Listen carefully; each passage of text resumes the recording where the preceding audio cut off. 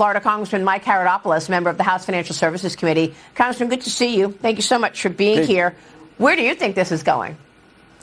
Well, look, the Democrats are all political theater. You're seeing it this week in my financial services meeting. They're just trying to make sure that their left-wing base doesn't vote them out of office in the Democrat primary.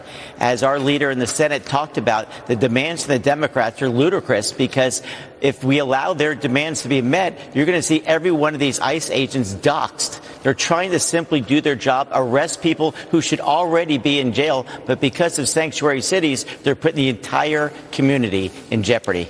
Well, this is a big deal. I mean, if the Department of Homeland Security shuts down next weekend, air travel will see an impact. The TSA is funded via the DHA. Air traffic controllers are funded through transportation, so no issue there. But FEMA, the Coast Guard, also under the Department of Homeland Security, though FEMA's disaster relief fund has about $7 billion that would not be impacted. But how significant would the impact be from your standpoint should the Department of Homeland Security have to shut down when funding runs out on the 13th?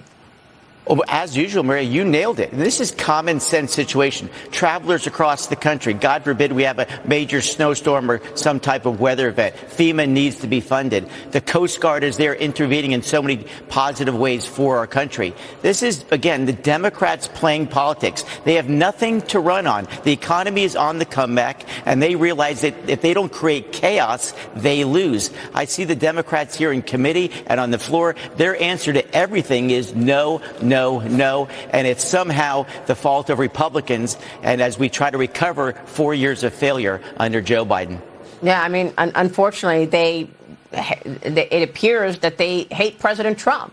Anything Trump wants, they want to go against. Meanwhile, the House Science, Space and Technology Committee unanimously approving this new NASA authorization bill. It reemphasizes congressional commitments to U.S. leadership in space, specifically the Moon to Mars human exploration program. It comes as China is racing there, planning to develop space-based data centers as part of a new 5-year space expansion plan. China also unveiled plans for a futuristic Star Wars-style warship that it claims could eventually deploy unmanned fighter jets and launch hypersonic missiles from space. Congressman, you chair the Space and Aeronautics Subcommittee. I know how important space is to our national security. And you say America can't be number one on Earth if we're number two in space. Where are we in that race?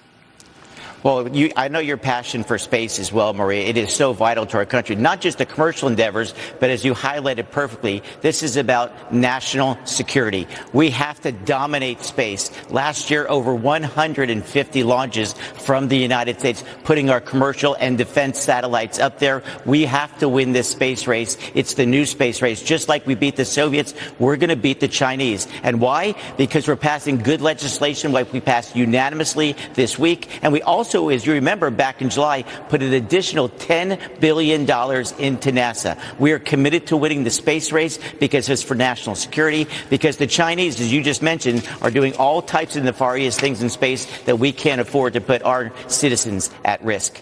Yeah, I mean, I always wonder if the CCP tries to threaten us in space. You know, I know that's where our satellites are.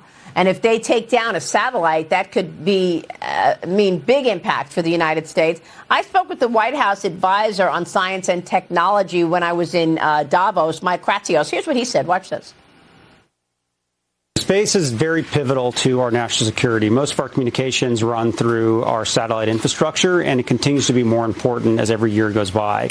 The president signed an executive order in December of last year where he laid out the national strategy on space and a direction that we're moving forward. So there's a commercial piece that a lot of people think about, an exploration piece where we're sending man back to the moon in 28. We're going to build a lunar base. We're going to put nuclear reactors on the moon and orbiting. But at the same time, we have to make sure that we're creating a system where the DoD and our intelligence community has the right assets in space to protect our country.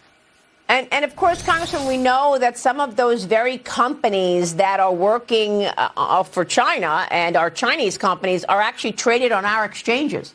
So, I mean, on the one hand, we're trying to beat China. On the other hand, we're enabling China by allowing it to get all this funding by being on our listed exchange, you know, being listed on our exchanges. A comment on that. And also, have you seen any evidence that the CCP is threatening our satellites in space?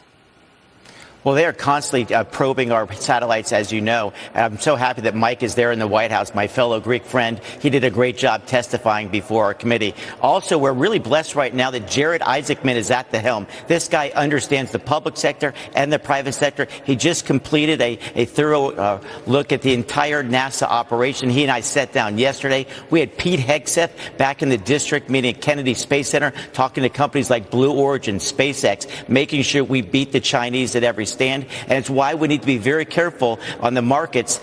We can't allow the Chinese to get those investment dollars that are needed here in America to win this space race. And so we're moving forward. And as you mentioned, here's a good news part for Washington. It was a bipartisan bill. Dr. Babbitt, the chairman of the committee, and myself worked hard with the Democrats to find common ground, because this is a not one-year mission. This is a multi-year mission to make sure we stay space dominant and not allow, as you mentioned perfectly, Maria, the Chinese to undercut what could be vital national security interest.